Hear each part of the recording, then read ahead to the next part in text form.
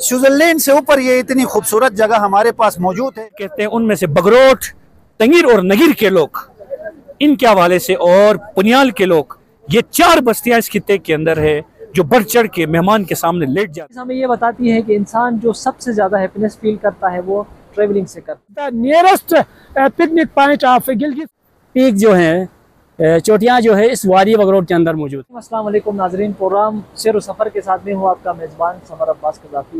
नाजरीन, हमारे प्रोग्राम सैर व सफ़र का बुनियादी मकसद ये है कि हम जहाँ पे भी जाते हैं अपना एक्सपीरियंस और अपना जो सफ़र है वो हम आपके साथ शेयर करते हैं। यकीनन आज के दौर में जो है वो इंसान मशीन बन गया है। ऐसी सिचुएशन में इंसान सफ़र नहीं कर पाता है, तो हम अपना सफ़र आपको रिकॉर्ड करके दिखाते हैं ताकि आप घर बैठ के जो है वो गिलगित बल्तिस्तान के जो भी खूबसूरत टूरिस्ट डेस्टिनेशंस हैं उनको आप देख सकते हैं और नेचर को एंजॉय कर सकें। रिसर्च स्टडीज़ हमें ये बताती है कि इंसान जो सबसे ज़्यादा हैप्पीनेस फील करता है वो ट्रैवलिंग से करता है। हमें कोशिश करके ज़्यादा से ज़्यादा हमें ट्रैवलिंग करना चाहिए।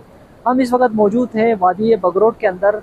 हम आपको बताते चलें ओवरऑल गिलगित बल्तिस्तान के अंदर वादी बगरोट जो है वो खूबसूरत टूरिस्ट डेस्टिनेशन है। यहाँ पे ग्लेशियर्स के हवाले से, पीक्स के हवाले से, ऑर्गेनिक फ्रूट्स के हवाले से, सब्जियों के हवाले से गिलगित बल्तिस्तान के अंदर बगरोट वैली है वो एक नुमाया हैसियत रखती है। तो हम ओवरऑल बगरोट वैली के हवाले से यहाँ पे जो चीज़ें हैं, यहाँ की खूबसूरती है, उसको हम आप तक दिखाने की कोशिश करेंगे। के अंदर गिलगित के मुज़ाफ़ात में एक ऐसा गाँव है जहाँ तारीख़, सकाफ़त और कदीम आसार कदीमा यहाँ पे आपको देखने को मिलेंगे।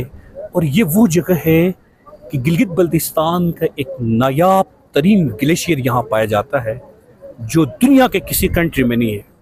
जो ग्लेशियर्स पे रिसर्च करते हैं उनमें से एक है, मार्टिन कहता है कि दुनिया में एक मजबूत तरीन ग्लेशियर्स मैंने देखा सन 2004 में, वो वादी बगरोट ग्लेशियर्स में मैंने देखा। दुनिया के अंदर जितने भी क्लाइमेट चेंज के ज़द में जिन एरियाज का जिक्र है उनमें सबसे मजबूत तरीन ग्लेशियर्स वो इस वादी का है। अगर आप पाकिस्तान के किसी कोने में हैं, दुनिया के किसी कोने में हैं, गिलगित के किसी कोने में हैं, अगर आपने बगरोट नहीं देखा है तो फिर आपने कुछ नहीं देखा है, फिर आप पैदा ही नहीं हुए हैं। जिसने बगरोट नहीं देखा है वो पैदा नहीं हुआ है। जिस तरह के लाहौर के लोग कहते हैं जिन्हें लाहौर नहीं देखा है जमे नहीं है, तो हम ये कहते हैं जिसने बगरोट नहीं देखा है उसका दादा परदादा भी पैदा ही नहीं हुआ है। ये हमारा मौक़िफ़ है। तो बगरोट के लोग मेहमान नवाज लोग हैं।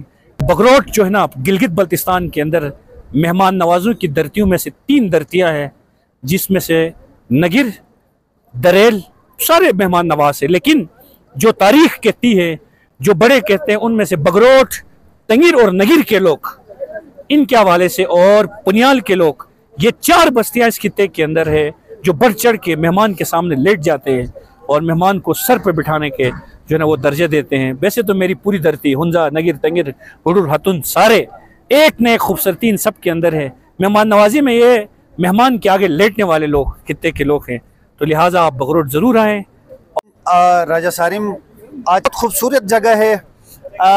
यहाँ पे आपको हर तरफ स्विट्जरलैंड से ऊपर ये इतनी खूबसूरत जगह हमारे पास मौजूद है।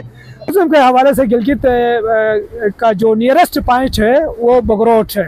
इजी एक्सेस से जो सड़क है वो बड़ी पक्की सड़क है और ये कुशादा सड़क है। आप 25-30 मिनट के ट्रेवल करके आप यहाँ आके अंदर बगरोट वैली का स्नो एंजॉय करके, यहाँ का ट्रेडिशन एंजॉय करके, यहाँ के फल फ्रूट एंजॉय करके आप लोग होमली एटमॉस्फेयर के साथ अपने फैमिली को लेके यहाँ से आप जा सकते हैं। लिहाजा मेरा इस तमाम चैनल्स के वसासत से मेरी गुजारिश है, तमाम टूरिस्ट से जो लोग दूर दराज इलाकों में जाके वो एंजॉय करने के लिए अफोर्ड नहीं कर पाते हैं, उनको हम इनवाइट करते हैं बगरोट आए, क्योंकि Bagrot is the nearest picnic point of Gilgit city. तो इसलिए मेरी गुजारिश है कि आप यहाँ आए। यहाँ मोरली, रिस्पेक्टिवली, हर लिहाज से आप लोगों को ऐसी हॉस्पिटैलिटी मिलेगी कि आप लोग यूँ समझेंगे कि आप हम अपने घर में ही है। रही बात जीबी के हवाले से, पूरा टूरिज़म एक हब है और बगरोट उस हब के अंदर दूसरा नलतर है। बगरोट जो है वो दूसरा नलतर है, नियरेस्ट पॉइंट है। तो यहाँ के लोग भी मोरली, रिस्पेक्टिवली बड़े अच्छे लोग हैं। और ये हमारा एरिया जो है वो गिलगित सिटी से तकरीबन शॉर्ट डिस्टेंस है, कोई 40 मिनट का डिस्टेंस पे यहाँ पे ये मिडवे रिजॉर्ट बनाया हुआ है। अभी ऐसी है कि जो दरमियान में ऐसी जगह पे बनाया है कि जहाँ से लोग जाके टूरिस्ट जाके मुख्तलिफ ग्लेशियर्स हैं, 3 ग्लेशियर्स यहाँ पे, एक इधर पास ही है, एक थोड़ा सा आगे 3 डिफरेंट ग्लेशियर्स हैं, उनका विजिट कर सकते हैं। आगे दिरन पीक है, वहाँ पे जा सकते हैं। आगे बर्च है, गरगो है हमारा, बहुत ही खूबसूरत जगह हैं, वहाँ जाके वापस फिर इधर स्टे कर सकते हैं। तो मुख्तलिफ जगहों पे जाके आराम से वहाँ पर स्टे करके फिर वापस जा सकते हैं। तो एक बेहतरीन लोकेशन पे बगरोट पे बड़ी फैसिलिटी दी है। उसके अलावा यहाँ पे एक और भी चीज़ है कि उन्होंने एक कोशिश की है कि देसी सब्जियाँ जो उन्होंने डिशेस बना के उनको मेहमानों को वो पेश करने की उनकी भरपूर कोशिश है। साथ साथ उन्होंने ट्रोट वगैरह भी उन्होंने पाले हुए हैं। ट्रोट उन्होंने मछली के लिए निज़ाम बनाया हुआ है कि कोई बंदा अगर ट्राउट खाना चाहे तो वो भी यहाँ पे खा सकता है। उसके साथ साथ देसी ग़िज़ाओं में लस्सियाँ हैं, घी है, और भी चीज़ें हैं जो यहाँ पर आपको मैसर होंगे।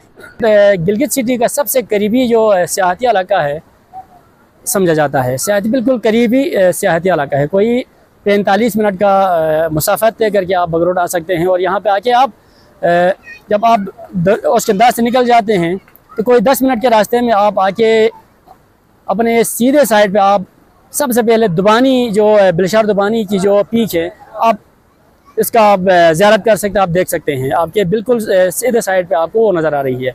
और थोड़ा और आप आगे निकल जाते हैं तो आपके सामने 2 पहाड़, एक दिरन पीक नज़र आएगी और दूसरे साइड में आपको रकापुशी पीक नज़र आ जाएगी।